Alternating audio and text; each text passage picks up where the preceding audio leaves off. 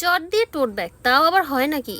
কেমন লাগবে দেখতে? চট দিয়ে তুমি পাপোশ বানাও ঠিক আছে, ডোরম্যাট বানাও ঠিক আছে, চট দিয়ে আবার ব্যাগ বানাতে চাইও না। চট দিয়ে ব্যাগ বানালে একটুও ভালো থাকবে না, একেবারে খ্যাত লাগবে। আসলেই কি তাই? চট দিয়ে ব্যাগ বানালে কি খ্যাত খ্যাত লাগে? তোমরাই আজকে দেখো। আসলে সব কিছুরই গুণ লাগে। গুণ থাকলে তুমি একদম সামান্য জিনিস দিয়ে অসামান্য অসম্ভব সুন্দর জিনিস বানাই ফেলতে পারবা। আমাদের দেশের বেশিরভাগ আপুরাই যারা কলেজ গোয়িং বা অফিস গোয়িং তারা ইদানিং টোট ব্যাগটা অনেক বেশি ব্যবহার করে। আর সেই কথা চিন্তা করে আমি কিন্তু লাস্ট কয়েকটা টোট ব্যাগের টিউটোরিয়াল তোমাদেরকে দিয়েছিলাম, কিন্তু সেটা কাপড় দিয়ে। কিন্তু আজকে ভাবলাম তোমাদের একটা এই চট দিয়ে টোট ব্যাগ বানিয়ে দেখাবো, আর সেটাকে আম্মু একদম উলের সুতা দিয়ে সুন্দর মতো কারুকাজ করে দিবে। লাস্ট একটা উলের সুতা দিয়ে ছোট্ট একটা মোবাইল ব্যাগ বানাইছিলাম, সেটা তোমরা অনেক অনেক পছন্দ করছো।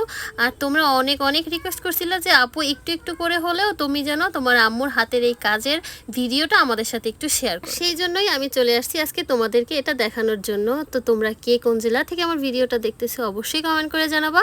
আমাদের ভিডিওগুলো তোমাদের কেমন লাগে সেটা অবশ্যই কমেন্ট করতে ভুলবা না। যে দেখো এটা চট, তবে এটা কিন্তু চালের বস্তা না, এটা আমরা বাজার রোড থেকে কিনে নিয়ে আসছি। গজ হিসাবে 1 গজ 2 গজ এরকম করে কেনা যায়, তো তোমরাও এরকম কিনে নিয়ে আসতে পারো। আর এই যে দেখো আম্মু উলের সুতা দিয়ে কাজ করতেছে, এটা তোমরা আমাকে দেখাইতে বলছিলে, তাই একটু একটু করে দেখাচ্ছি। আর এটা না পুরোটা একটা হিসাবের উপরে। তোমরা যারা এই কাজগুলো জানো তারা আমার যে ব্যাগের ফুল ভিডিওটা যদি একটু দেখো বা আমার ব্যাগের একটা ছবি তুলে হিসাব হিসাব করে তোমরা কিন্তু এটা দিয়ে বানাতে পারবা। আর কিভাবে করে সেলাই করতে হবে সেটা আমার আম্মু কিন্তু ডিটেলসে দেখাই দিতেছে।